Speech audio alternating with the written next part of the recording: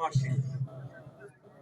আমি দ্বিতীয়ত আজকের অনুষ্ঠানের সম্মানিত বিশেষ অতিথি জনাব মোহাম্মদ ফজলুল আলমকে ব্যবস্থাপক কোয়ালিটি কন্ট্রোল CSR তাকে পুরস্কার তাকে উপহার প্রদান করবেন জনাব গোলাম হায়দার ও advocate Mohammad Mohsin.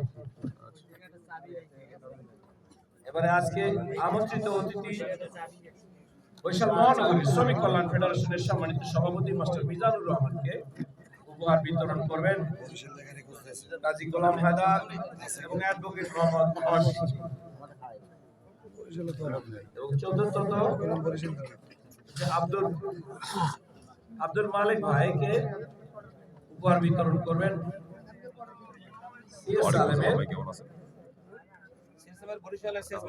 Sales manager Barishal অঞ্চল, তাকে উপহার বিতরণ করবেন।